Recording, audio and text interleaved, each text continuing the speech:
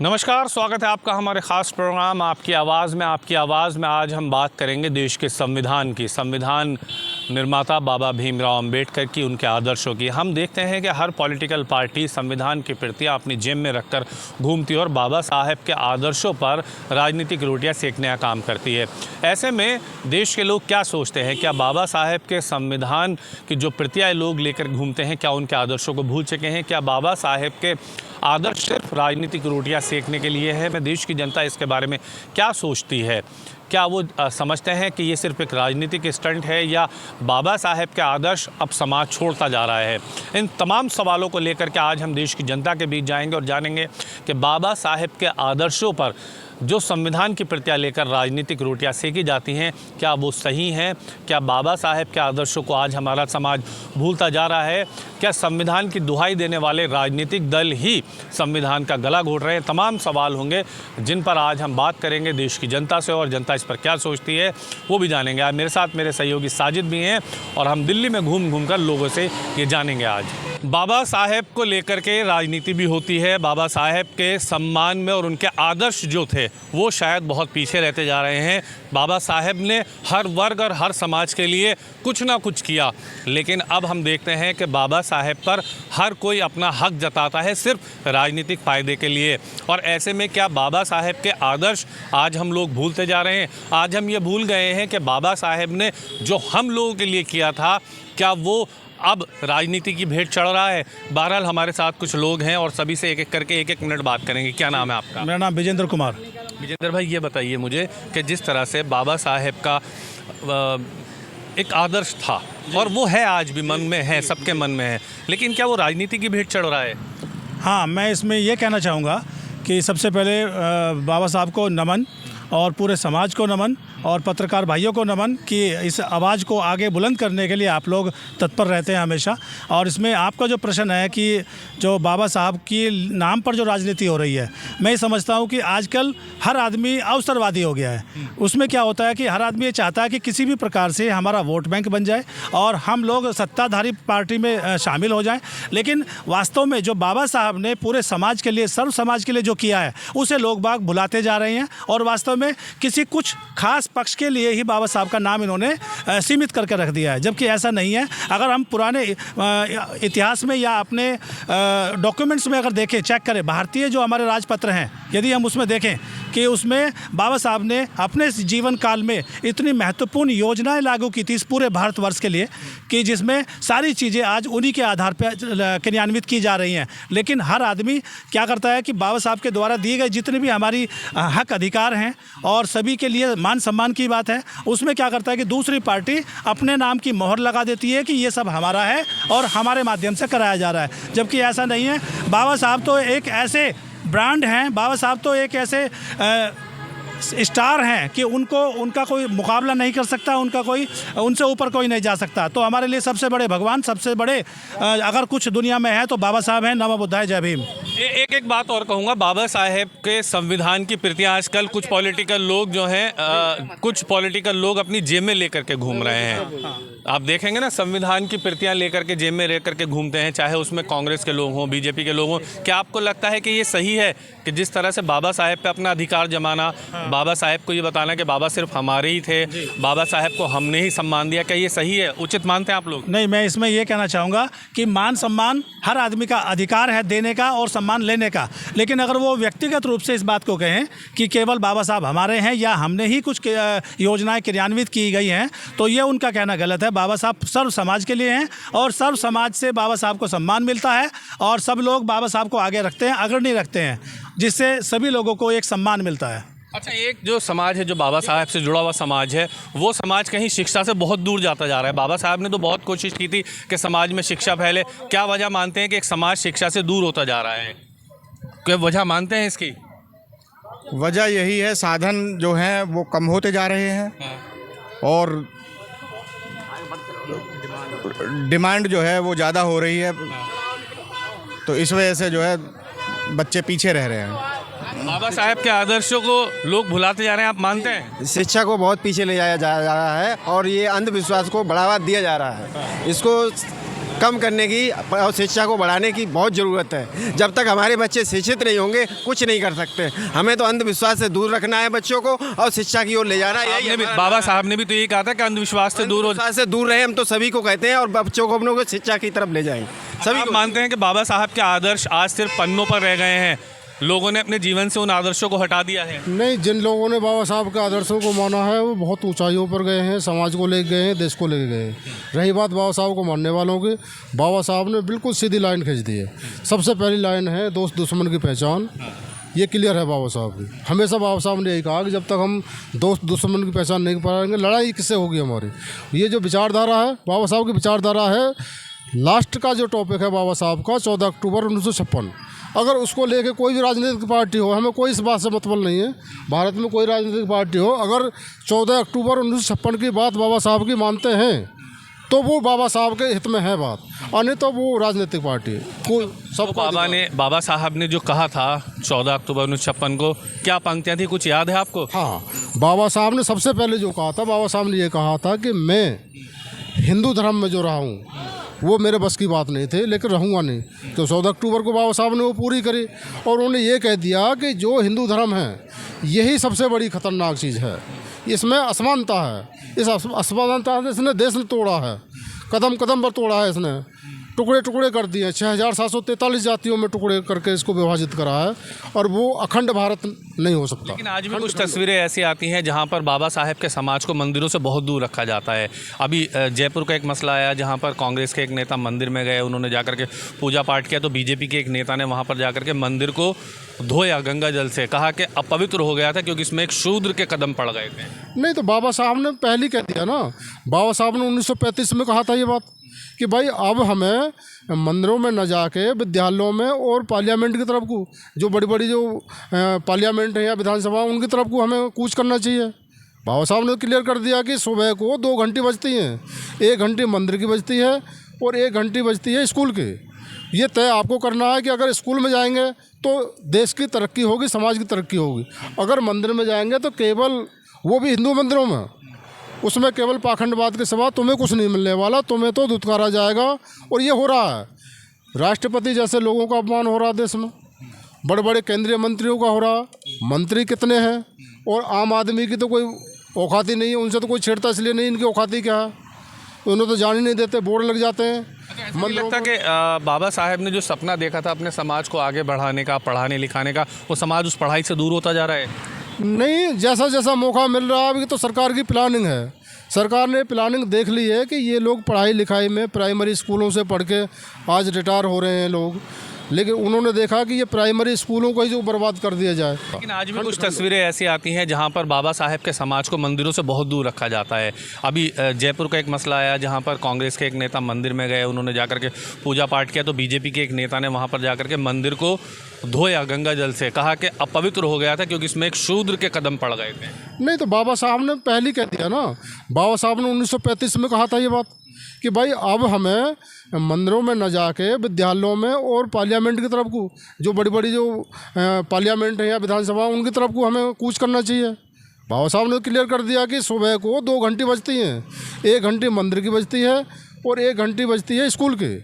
ये तय आपको करना है कि अगर स्कूल में जाएंगे तो देश की तरक्की होगी, समाज की तरक्की होगी। अगर मंदिर में जाएंगे तो केवल वो भी हिंदू मंदिरों में, उसमें केवल पाखंडवाद के सिवा तुम्हें कुछ नहीं मिलने वाला, तुम्हें तो धुतकारा जाएगा। और ये हो रहा है, राष्ट्रपति जैसे लोगों का अपमान हो रहा है देश में, बड़े बड़े केंद्रीय मंत्रियों का हो रहा। मंत्री कितने हैं और आम आदमी की तो कोई औकात ही नहीं है, उनसे तो कोई छेड़ता इसलिए नहीं, इनकी औकात ही क्या है, उन्हें तो जान ही नहीं देते, बोर्ड लग जाते हैं। मुझे लगता है कि बाबा साहब ने जो सपना देखा था अपने समाज को आगे बढ़ाने का, पढ़ाने लिखाने का, वो समाज उस पढ़ाई से दूर होता जा रहा है। नहीं, जैसा जैसा मौका मिल रहा है, अभी तो सरकार की प्लानिंग है, सरकार ने प्लानिंग देख ली है कि ये लोग पढ़ाई लिखाई में प्राइमरी स्कूलों से पढ़ के आज रिटायर हो रहे हैं लोग, लेकिन उन्होंने देखा कि ये प्राइमरी स्कूलों को ही जो बर्बाद कर दिया जाए। आज देख लो, अगर आप गांव में जाते हो तो उसकी क्वालिटी देखो शिक्षा की, केवल दीवार तो खड़ी मिलेंगी, संपत्ति तो है शिक्षा विभाग के ऊपर, लेकिन टीचरों को इतने काम दे दिए हैं कि एक टीचर पूरी 5-5 क्लासों को झेलता है, और उसमें भी दुनिया भर के काम होते हैं, उनके BLO के काम होते हैं, उन पर जनगणना के काम होते हैं, सारे काम होते हैं। तो वो कहाँ से, उनको प्लानिंग यही है भाई प्राइमरी स्कूलों की जो आप रजिस्ट्रेशन दे रहे हो, आप ही दे रहे हो ना, सरकार दे रही है, तो जानबूझ के प्लानिंग इनकी। उधर को शिक्षा महंगी हो रही है, वहाँ पढ़ाई थोड़ी हो रही है, लेकिन ऐसा नहीं कह सकते हम कि सरकारी स्कूलों में टीचरों की कोई क्वालिटी नहीं है। क्वालिटी तो है, पता नहीं क्या क्या TGT वगैरह जन क्या क्या निकाल के ले जाते हैं वो। अगर वो चाहें तो इस देश को दोबारा से एक सोने की चिड़िया सशक्त भारत बना सकते हैं, लेकिन सरकार नहीं चाहती है कि SC OBC माइनॉरिटी के लोग ये आगे बढ़ें। आजकल मैं देख रहा हूँ कि बाबा साहेब के नाम को लेकर के सिर्फ राजनीति ज़्यादा हो रही है। हर कोई संविधान की एक किताब जेब में लेकर के घूम रहा है और ये अधिकार जताने की कोशिश की जा रही है कि बाबा साहेब हमारे थे और हम ही ने सम्मान दिया बाबा साहेब को। नहीं, ये तो हमने देखा है, हमने ग्राम पंचायतों में देखा है, विधानसभाओं में देखा है कि आदमी 100 जगह न जाके एक आदमी को पकड़ लेता है कि भाई इसके सहारे से मुझे वोट मिल जाएगी। अब बाबा साहब को हथियार बना लिया है कि बाबा साहब की ही जेब में वोट हैं सारे। अगर बाबा साहब का फ़ोटो लेके चलेंगे, बाद में कितना निकल लो, आपके सामने 1 किलोमीटर पर पार्लियामेंट है, हम वहीं जा रहे हैं बाबा साहब को श्रद्धांजलि देने के लिए। बाबा साहब की जो प्रतिमा है 2 जून को रात में, दिन में नहीं उठाई, वो रात में पीछे कर दी। भाई अगर तुम्हारे अंदर, हम तो ये कह रहे हैं सरकार है भारत में, जो वर्तमान में सरकार है, हम नाम नहीं लेना चाहते हैं, उसे पता नहीं है कि बाबा साहब को श्रद्धांजलि देने के लिए पूरी दिल्ली में जाम लग जाता है।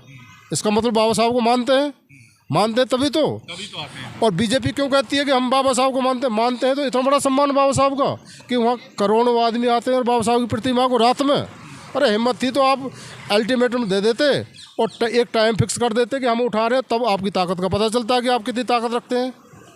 मतलब आप मानते हैं कि बाबा साहेब को सिर्फ राजनीतिक रोटियां सेकने के लिए भी इस्तेमाल किया जा रहा है? बिल्कुल, बाबा साहब को राजनीतिक हथियार बनाया जा रहा है। मैं पहले भी कहा था, अगर बाबा साहब को सही फॉलो करते हैं लोग, तो उस लाइन को क्यों नहीं फॉलो करते कि बाबा साहब ने ये कहा था कि सबसे पहले तो हिंदू धर्म को छोड़ना ही होगा। इस हिंदू धर्म में बहुत बड़ी असमानता है, ये एक दूसरे को भाई नहीं मानता है, ये सबसे बड़ी विडंबना। और ये आगे नहीं बढ़ सकता जब तक भेदभाव, छुआछूत, ऊंच नीच रहेगी, कोई समाज तरक्की नहीं कर सकता। आप भी कुछ कहेंगे बाबा साहेब के बारे में? कुछ जानते हैं बाबा साहेब को? जी साहब, बाबा साहब को जानता भी और मानता भी हूँ। अच्छा ठीक है, बहुत शुक्रिया आपका। बाबा साहब भीमराव अम्बेडकर जी ने कहा था, शिक्षित बनो, संगठित बनो और संघर्ष करो। तो बड़ी अच्छी लाइन आपको याद है, ये तो अक्सर मैं भी बोलता हूँ। शिक्षित बनो, हम अगर शिक्षित कम हुए तो अपने बच्चों को पढ़ाओ लिखाओ। शिक्षित बनो, सबसे पहली बात शिक्षित बनो। शिक्षा एक ऐसा शेरनी का दूध है जिसे जितना पिएगा जो, उतना ही दहाड़ेगा, उतना ही वो ताकतवर बनेगा। बाबा साहब ने कहा था ये लाइन। बाबा साहब ने कहा शिक्षा एक शेरनी का ऐसा दूध है जो जितना पिएगा उतना दहाड़ेगा। शिक्षित बनो, संगठित बनो, एक मेजॉरिटी बनाओ, अपनी एक संगठन बनाओ। क्या अब हम बाबा साहब के आदर्शों को भूलते जा रहे हैं? आपको लगता है ऐसा? नहीं, हम तो नहीं भूल सकते साहब। नहीं, आप नहीं भूले, लेकिन बहुत लोग भूलते जा रहे हैं। अब आप मानते हैं कि बाबा साहब ने तो सभी धर्मों के, सभी वर्गों के, सभी के लिए किया था, लेकिन लोग उसे धीरे धीरे भूलते जा रहे हैं? मानते हैं आप? ऐसा देख रहे हैं समाज में बाबा साहब के आदर्श और उनकी शिक्षाएं तो अब नज़र आनी कम हो गई हैं? नहीं, ऐसा तो मुझे नहीं लगता, लेकिन हाँ कुछ है कि भूलते जा रहे हैं। वो क्या कहेंगे, बाबा साहब को कितना मानते हैं, कितना उनके बारे में जानते हैं? बाबा साहब को तो हम बहुत ज़्यादा मानते हैं, बल्कि उनके फॉलोवर भी इसलिए हैं, मतलब जो उन्होंने कहा है उनकी बातों को भी फॉलो करते हैं हम लोग। मैक्सिमम क्या होता है कि बहुत लोग कहेंगे कि हम बाबा साहब को मानते हैं, लेकिन बाबा साहब की बातों को नहीं मानते हो। मैं वही कहना चाह रहा हूँ कि बाबा साहब का नाम ज़रूर लेते हैं, लेकिन उनका आदर्शों पर नहीं चल पा रहे हैं। क्या वजह? इसका जीता जागता जो उदाहरण है ना, बाबा साहब ये कहते थे कि जब तक देश में सामाजिक परिवर्तन नहीं होगा तो राजनीतिक परिवर्तन और किसी और चीज़ों का मूल्य कुछ नहीं रहेगा। तो बाबा साहब का ये जो बात था ना, वो लोगों को अभी मतलब वहाँ तक नहीं पहुँचे हैं, वो उस स्तर पे नहीं आए। उसका एक एग्जाम्पल और भी देखें आप, जैसे संसद में हमारे यहाँ लोग जीत के जाते हैं रिजर्व सीटों पे, 47 एक हैं और 84 एक हैं, है ना, राज्यसभा और लोकसभा दोनों मिलाकर, हाँ, दोनों को 31 है लगभग। लेकिन आप ये देखो वो लोग क्या कर रहे हैं, समाज के लिए क्या कर रहे हैं? कुछ नहीं कर रहे हैं वो लोग। केवल जो पार्टी, जिस पार्टी से वो बिलोंग करते हैं ना, उस पार्टी की विचारधारा को फैला रहे हैं, और जिसके द्वारा वो आए हैं, बाबा साहब ने उनको राजनीतिक वो दिया अधिकार कि भाई आइए और आप समाज का भला करेंगे संसद में बैठ के। वो कुछ भी नहीं कर रहे हैं, बताइए। अच्छा, आप मानते हैं आजकल बाबा साहब के आदर्शों को सिर्फ राजनीतिक टूल बनाया जा रहा है? हाँ, बिल्कुल सही कह रहे हैं, बिल्कुल सही कह रहे हैं आप इस बात के लिए। एक राजनीतिक किट की तरह इस्तेमाल किया जा रहा है? इस्तेमाल किया जा रहा है, लेकिन उनके आदर्शों पर नहीं चलना चाहते हैं। यदि उनके आदर्शों पर चलें या उनको फॉलो करें, ठीक से फॉलो करें, किया जा रहा है, लेकिन उनके आदर्शों पर नहीं चलना चाहते हैं। यदि उनके आदर्शों पर चलें या उनको फॉलो करें, ठीक से फॉलो करें, तो मैं मानता हूँ कि बहुत तेज़ी से भारत के अंदर परिवर्तन होता है। जो बाबा साहब ने किया है पूरे वर्ग के लिए, पूरे समाज के लिए, पूरे धर्म के लिए जो किया है, आज वो सब पिछड़ते जा रहे हैं। उसकी वजह ये भी है कि शायद बाबा साहब के उन आदर्शों को तो छोड़ करके राजनीति का एक केंद्र बना लिया है कि बाबा साहब ने कहा ठीक है हम वोट ले लेंगे बाबा साहब के नाम से, लेकिन हम उस पर राजनीति करेंगे, क्योंकि सबके जेब में संविधानिक किताब है लेकिन उसे मानने वाला कोई नहीं है। नहीं, आप सही कह रहे हैं इस बात के लिए। क्या वजह है, क्यों ऐसा हो रहा है आज के समय में? अब यंग जनरेशन तो भूल ही जाएगी, जो छोटे बच्चे आएंगे तो भूल ही जाएंगे बाबा साहब के। अवेयरनेस का अभाव है, थोड़ा सा जागरूकता का अभाव है। बाबा साहब के बाद मान्यवर कांशीराम साहब ने थोड़ा सा काम किया है, उस काम को मतलब फिर वास्तव में सही बताएं, वो बहन जी उसको आगे नहीं चला पाई। वो एक मतलब हमारा नेगेटिव पॉइंट रहेगा, उसको कहा जाएगा, क्योंकि मान्यवर साहब जो थे वो गाँव तक कैडर लेके गए, लेकिन वो कैडर आज कहाँ है बताइए।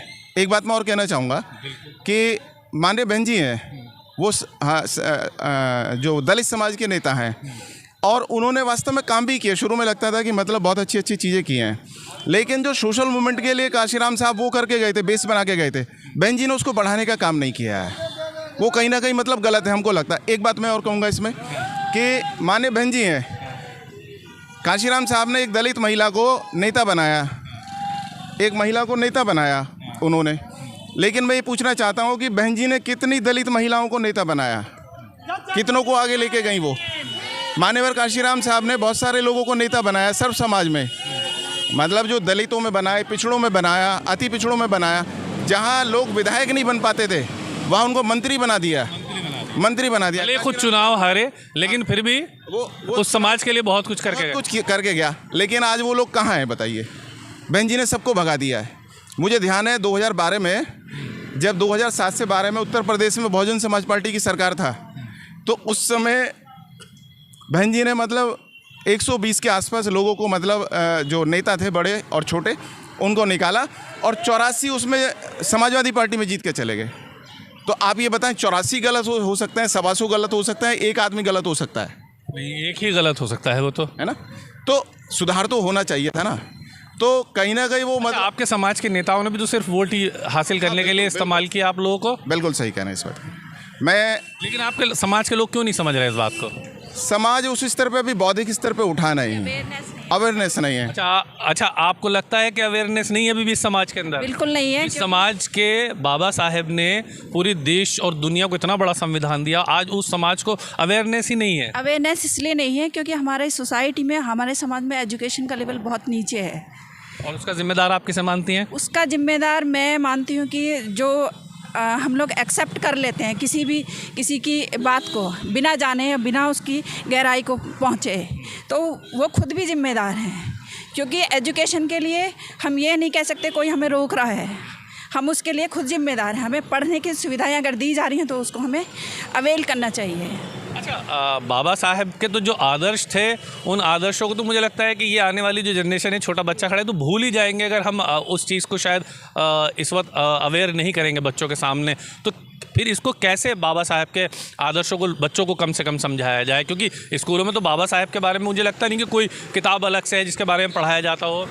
नहीं, भूल क्यों जाएंगे हम? उसके लिए प्राइमरी लेवल से ही कोई ऐसी बुक्स लगाएं। बाबा नहीं ना, ऐसा ही मैं कहना चाह रहा हूँ। तक नहीं है, पर मेरा कहना ये है कि वो प्राइमरी एजुकेशन लेवल से ही हमें उस तरीके की बुक्स बाबा साहब के बारे में लेकर के आनी चाहिए, जिससे जैसे और हमारे नेता हैं या और हमारे जो महापुरुष हुए हैं उनको। और महापुरुषों की आपने बात की है, जिक्र छेड़ ही दिया है, तो इस पर कहूँगा कि हम बाबर पढ़ा, हमने औरंगजेब पढ़ा, हुमायूं पढ़ा, महाराजा राणा सांगा पढ़ा, अशोका पढ़ा, बहुत कुछ पढ़ा हमने, तब सभी धर्मों के लोग पढ़े, लेकिन बाबा साहब सिर्फ एक चैप्टर के अंदर सिमट के रह गए हैं।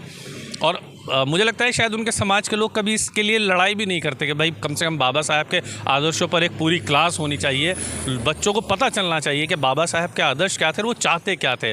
तो मुझे लगता है कि शायद समाज के लोग भी अवेयर नहीं कर पा रहे हैं। मेन बात यह है कि जैसे मैं आपको सच्चाई बताऊँगा कि भारत में 2 ही विचारधाराएँ हैं, मनुवादी बनाम अम्बेडकरवाद। 2 ही विचारधारा भारत में चली हैं। और बाबा साहब से जब एक इतिहास दर्शन की मैंने बुक्स पढ़ा था, हिस्ट्री का, MA में, तो उसमें एक बाबा साहब ने एक डेफिनेशन दिया था कि इतिहास क्या है, भारत का इतिहास क्या है। तो उन्होंने कहा था कि भारत का इतिहास कुछ नहीं है, केवल आर्यों और अनार्यों के बीच का संघर्ष है। बाबा साहब ने कहा इस बात के लिए। तो आर्य तो वो मनुवादी व्यवस्था के लोग हो गए, अनार्य जो जितने थे, जो बहुजन समाज है वो बिल्कुल व्यवस्था से जो बाहर था वो हो गया है। लेकिन मैं एक बात उसमें कहना चाहूँगा कि जो बहुजन समाज है उसकी एक बहुत बड़ी कमी है कि वो क्या करते हैं, जो मनुवादी व्यवस्था वो बेशक गलत चल रही है, असमानता पर आधारित है और इनइक्वालिटी पर आधारित है।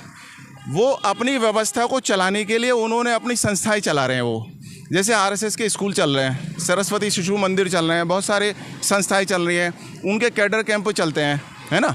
वो बेशक गलत हो सकते हैं, कुछ भी हैं, वो अपनी चला रहे हैं। लेकिन मैं ये पूछना चाहता हूँ, जो बहुजन समाज है वो अपनी व्यवस्था को चलाने के लिए क्या किए, अपनी सांस्कृतिक विरासत को बढ़ाने के लिए वो लोग क्या कर रहे हैं?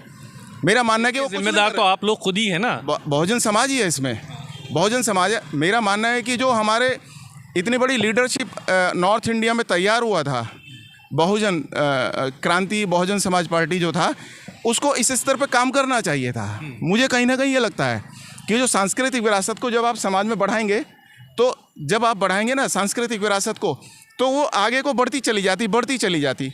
लेकिन आज क्या करते हैं बाबा साहब की, मैं कह रहा हूँ कि मैं तो एक पॉर्च अच्छे एरिया में रहता हूँ, मैं पढ़ा लिखा हूँ, मैं एक शिक्षक हूँ, मैसेज हमारी प्रोफेसर हैं डिग्री कॉलेज में।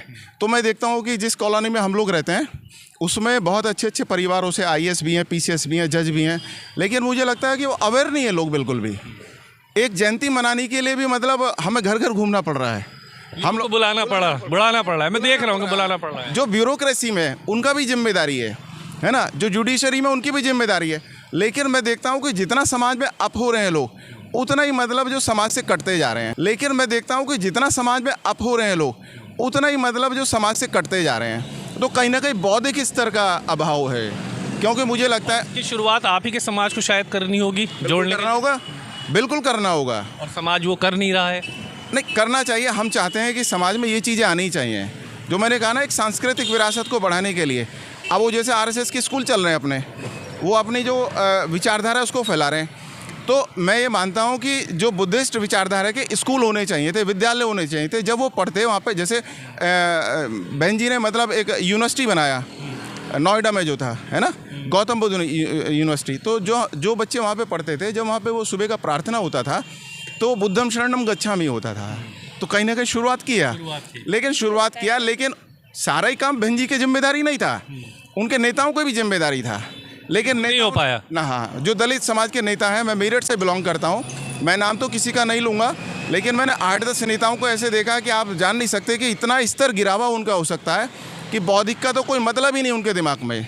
सिर्फ पैसा, धन दौलत, धन संपदा, इसी में लगे रहे वो लोग। बहुत शुक्रिया, आपने बहुत समय बात और मैं कहूँगा, मैं भूल गया, मेरे दिमाग में था एक बहुत नहीं, मैं अच्छा लग रहा है क्योंकि आप वो बातें कर रहे हैं जो देश को सुननी और समझनी चाहिए। हाँ, नहीं, मेरे दिमाग में 1-2 चीज़ें और आ रही थी। जैसे बाबा साहब हैं, मैं एक बार उर्मिलेश जी को सुन रहा था, पत्रकार हैं बहुत बड़े, तो उन्होंने कहा था कि बाबा साहब को पुनर्जीवित करने का काम मतलब मान्यवर कांशीराम साहब ने किया, कि नॉर्दर्न इंडिया में बाबा साहब को एकदम भुला दिया गया था। और जो मतलब वो इलाहाबाद यूनिवर्सिटी में पढ़े थे उर्मिलेश जी, तो वो बता रहे थे कि जब मैं मतलब वहाँ पे एक रोड जाता है जहाँ पे बुक्स बिकती थी, तो वहाँ मार्क्स की बिकती थी, लेनिन की बिकती थी, और मतलब बड़े बड़े मतलब जो वो थे ना वर्ल्ड के अंदर जो दार्शनिक थे, उनकी बुक्स बिकती थी, लेकिन बाबा साहब की कहीं किताब नहीं दिखता था। लेकिन वो किताबें हमने, जो मान्यवर कांशीराम साहब ने मूवमेंट चलाया, तो उसके बाद वो मतलब बाबा साहब को पुनर्जीवित किया। तो मतलब ये लगता है कि जो मूवमेंट की ज़रूरत है। हाँ, वास्तव में ज़रूरत है, समाज को वास्तव में ज़रूरत है। ये सिर्फ मुझे ऐसा लगता है सिर्फ ये एक समाज के लिए नहीं, ये हर वर्ग के लिए ज़रूरी है कि बाबा साहब को पढ़ो और समझो। नहीं, बाबा साहब कोई पर्टिकुलर जाति के नहीं थे। अब मैं एक बात बताएं, बाबा साहब महाराष्ट्र से बिलोंग करते थे, है ना, महाराष्ट्र से बिलोंग करते थे। बाबा साहब ने जिस जाति के थे, जब हमने बुक्स को पढ़ा, काफ़ी सारे मतलब उनके वॉल्यूम लेके गए, थोड़ा बहुत पढ़ना शुरू किया हमने, अभी बहुत कुछ नहीं पढ़े, हमें लगता है कि हमें और पढ़ने का ज़रूरत है। तो जितना भी हमने पढ़ा, तो हमने देखा बाबा साहब एक जो सफाई करता है समाज के अंदर, उस समाज को बिलोंग करते थे। सफाई कर्मी के समाज को बिलोंग कर रहा है, वो मैंने पढ़ा है। नहीं, मैं इसलिए कहना चाह रहा हूँ कि जैसे हम सबको पता चले, यूपी के अंदर जो है, जैसे हम लोग यूपी से बिलोंग करते हैं, तो बहुत समझते हैं कि ये जो इसमें जो अपर लॉबी है, ये इनको बिलोंग करते थे। जबकि मैं ये मानता हूँ कि जो अम्बेडकरवाद है, अम्बेडकरवाद को वही समझ रहा जो सही से पढ़ेगा, जो बाबा साहब को पढ़ेगा वास्तव में। और जो अम्बेडकरवाद है वो पर्टिकुलर एक छोटा दायरा नहीं, वो एक दर्शन है बहुत बड़ा। तो मेरा मानना यह है कि पढ़ने का ज़रूरत है, पढ़ने की ज़रूरत है। बहुत शुक्रिया, आपने बहुत सारी चीज़ें बताई हैं, बहुत सारी चीज़ें उनका तो इम्पोर्टेंट है बिल्कुल, बहुत सारी चीज़ें बताई हैं कि सबसे पहले शिक्षा और बाबा साहब के आदर्शों को शायद हम भूल गए हैं और उन्हें हमें भुलाना नहीं चाहिए। देश में बाबा साहेब के आदर्शों को क्या धीरे धीरे ख़त्म करने की एक मुहिम चलाई जा रही है, लोग उसको भूल रहे हैं, या जो पॉलिटिकल पार्टियां संविधान की प्रतियां जेब में रखकर घूम रही हैं, क्या बाबा साहेब के आदर्शों को वो धरातल तक नहीं आने देना चाहती हैं? क्या नाम है आपका? आप मुझे बताइए कि बाबा साहेब को जब हम याद करते हैं तो सबसे पहले मन में क्या आता है?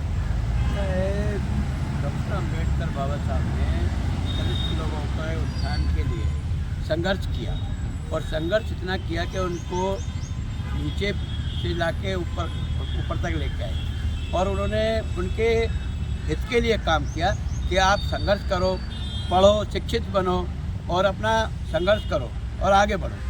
उनका यही नारा था। और आजकल जो नेता लोग संविधान की प्रतियां जेब में लेके घूम रहे हैं, उनसे ये पूछो कि संविधान जेब में ले जाने की चीज़ है? उन लोगों से ये पूछिए कि संविधान ऐसी चीज़ तो है नहीं कि आप जेब में लेके प्रतियां लेके घूमते हैं। अरे संविधान बाबा साहब ने इसलिए बनाया था कि सबको सबका हक मिले। उन्होंने उसको इसलिए बनाया था कि किसी के ऊपर कोई भी चीज़ ज़बरदस्ती ना थोपी जाए। अब लोगों ने क्या है, अब बना लिया अपना वो धंधा बना लिया है कि ये प्रति लेकर दिखाएंगे हम ये कर रहे हैं वो कर रहे हैं। ऐसा कुछ नहीं है। बाबा साहब ने ये कहा था सभी को जीने का। आपसे एक सवाल भी लूँगा, बाबा साहेब ने तो सभी वर्ग के लिए, सभी धर्मों के लिए, सभी समुदाय के लिए बहुत कुछ किया, सभी के लिए किया। मैं ये नहीं कहूँगा कि सिर्फ एक दलित समाज के लिए किया, मैं तो कहूँगा सभी के लिए बाबा साहेब ने किया। उनके आदर्श भी आज बहुत लोग मानते हैं, लेकिन जो लोग नहीं मानते हैं बाबा साहेब के आदर्शों के और उस पर सिर्फ राजनीतिक रोटियाँ सेकते हैं, वो कैसा लगता है?